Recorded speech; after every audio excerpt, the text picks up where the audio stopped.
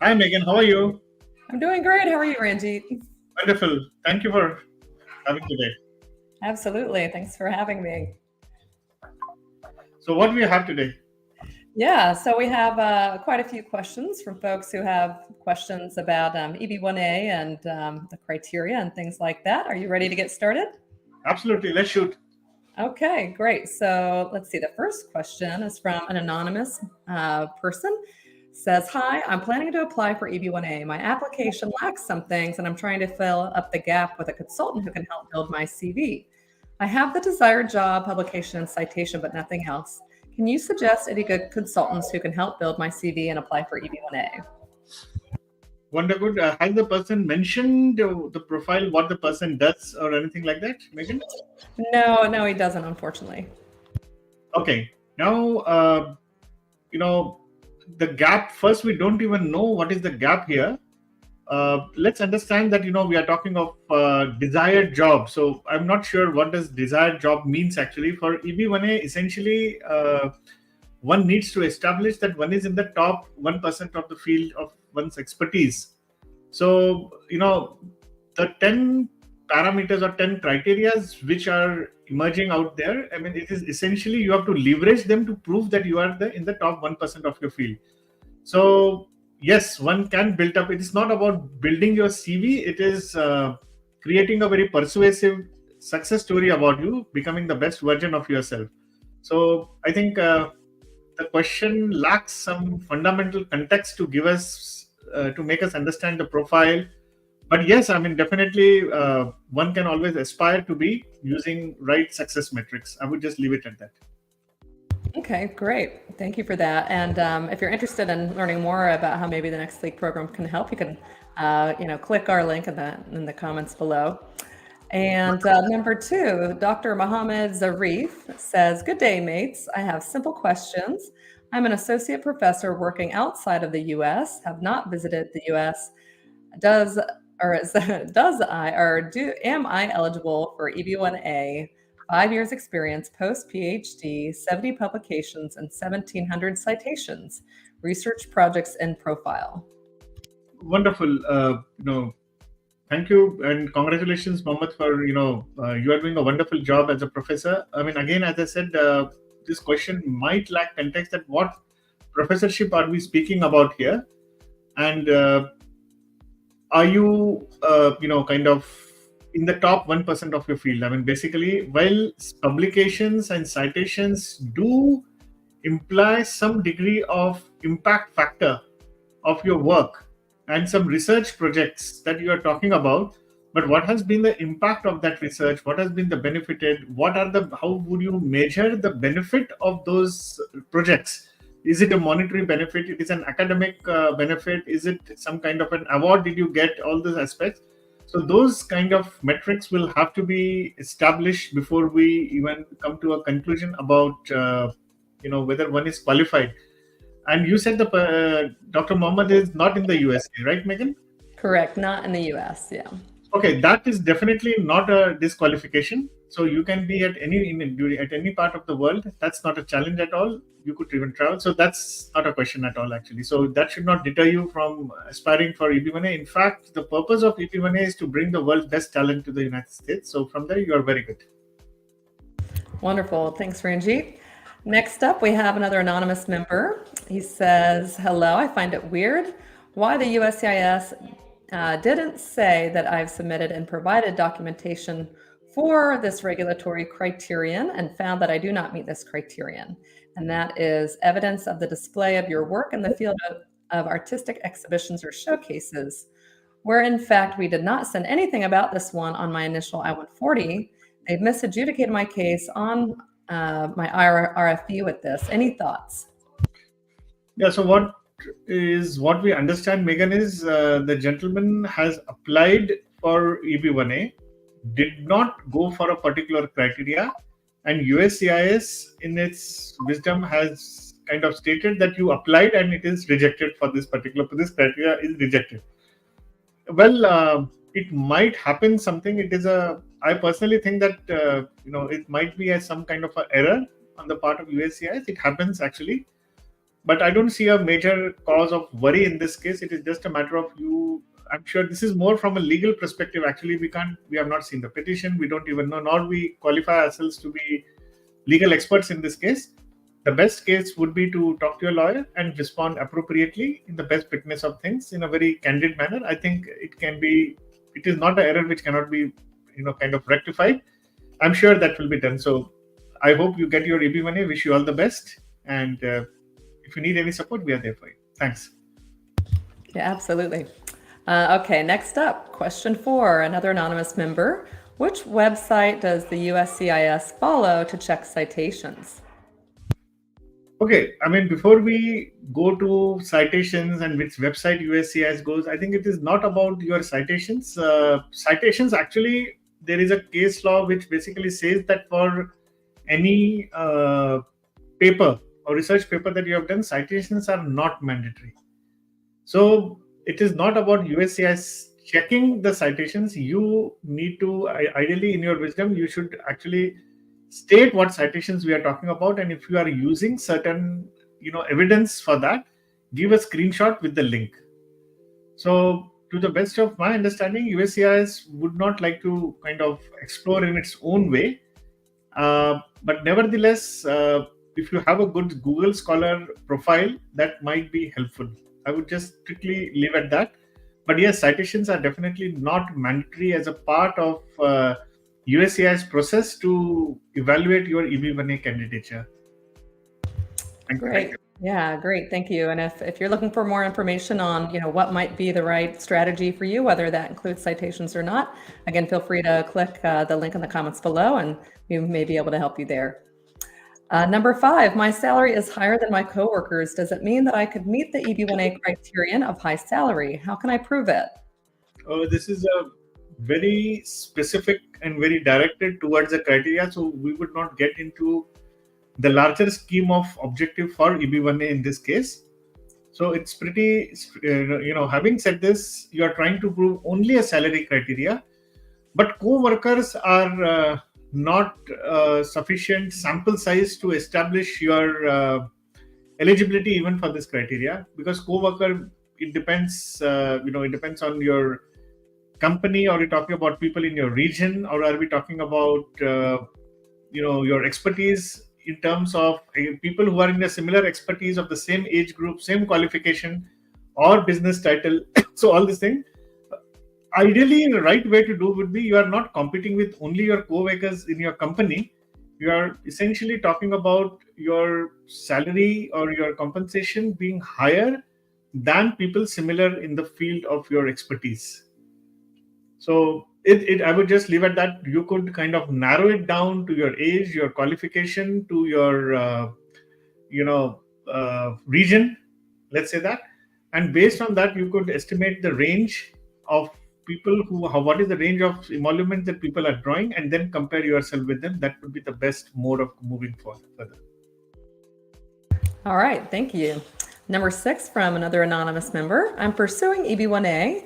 I want to change jobs. Will a change of jobs affect my EB1A if the petition is pending? Also, I'll be moving next month to a different state. What will happen to my petition if I move?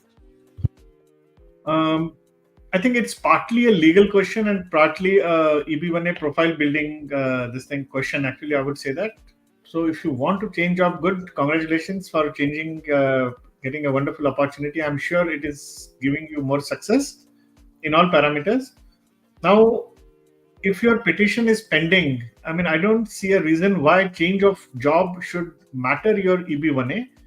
But nevertheless, I am hoping that the job is in the similar field. I mean, that I'm sure you would take care of that. And I would be moving to next month to a different state. Well, I don't think that your petition should matter, but yes, you should inform USCIS about, through your lawyer or anyone else through the process. You need to kind of inform USCIS the change of address, which is not a very challenging thing or difficult thing to do. And nothing will happen to your petition. It will be adjudicated in a normal process. If you have gone for premium processing, there are 15 calendar days for EB1A. And if not, you have to wait. So that's what I would like to say. That I hope that helps, Megan. Yes, thank you. Next question, number 7. Can I apply for NIW and EB1A at the same time? And can I use the same evidence for both petitions, like recommendation letters, awards, etc.? Well, for EB1A, let's start with EB1A.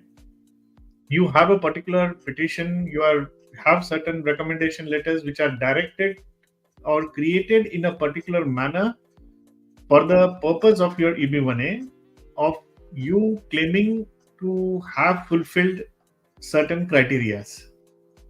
Now, if you have got certain awards, you have got certain recommendations, and EB1A would have a very specific way of you addressing those criteria, and those letters would focus and orient it towards that actually. Now, NIW is a very different, has a different perspective of you getting waiver for the PERM certification.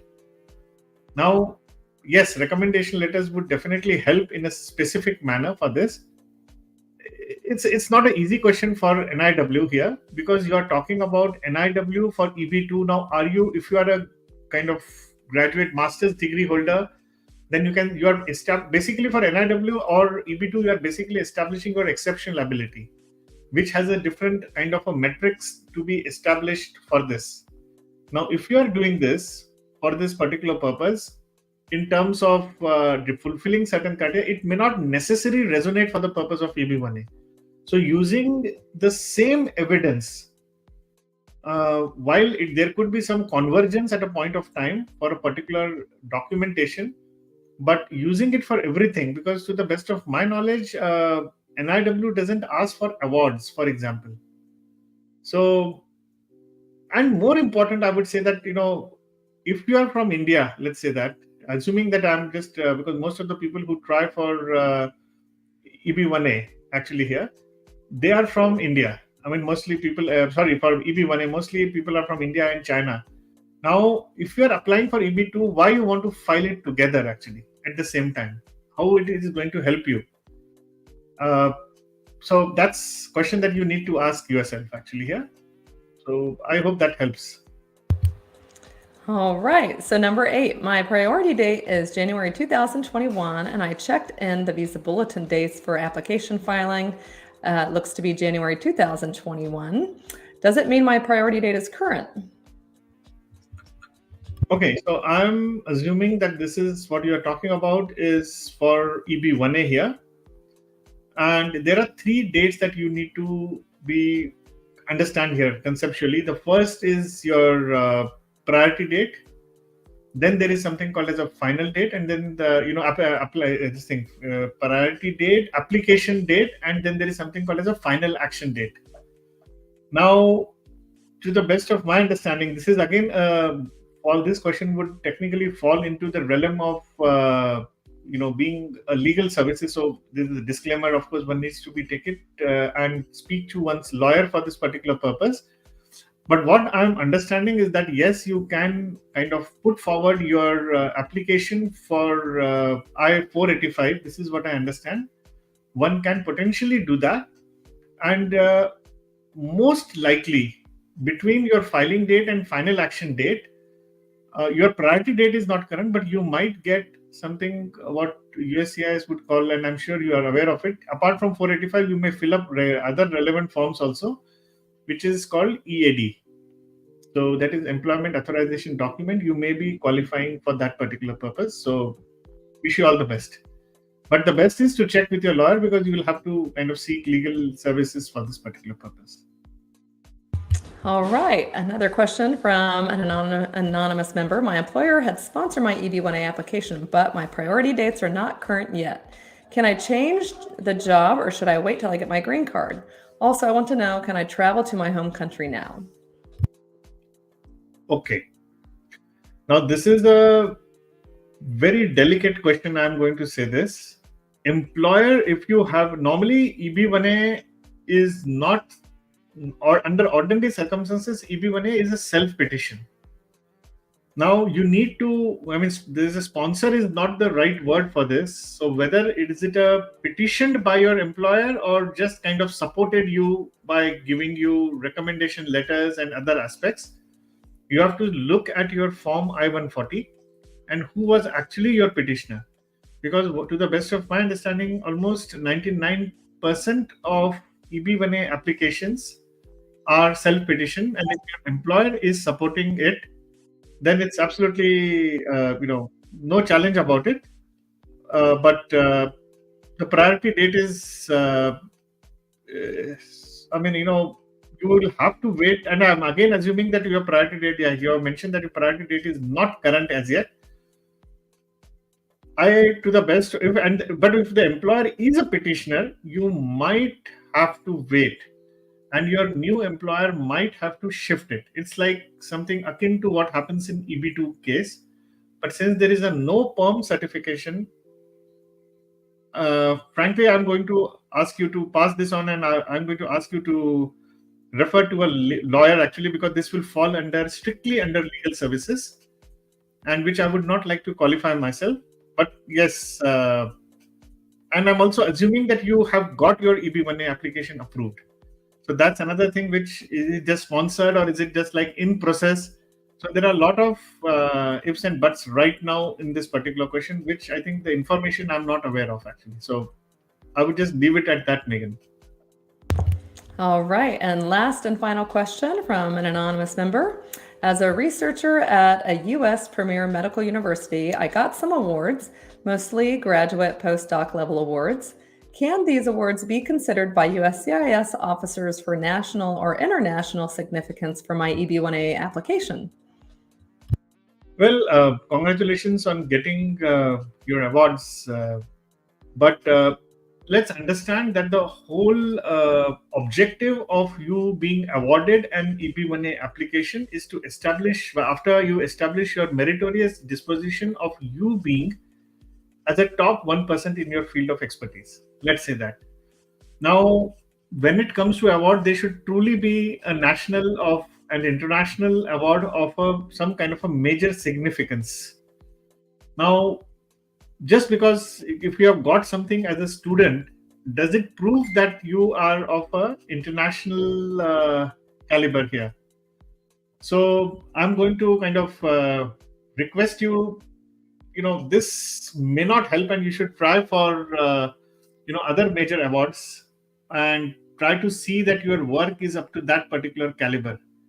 I may just kind of leave it that, because normally as a student, students get a lot of awards, get scholarships, get fellowships, and many people tend to believe that this can be utilized for your EB1A application, which need not be the case to a large extent. To the best of my understanding, the awards really need to be in the topic, should prove you to be in the top echelon of the industry, of your expertise.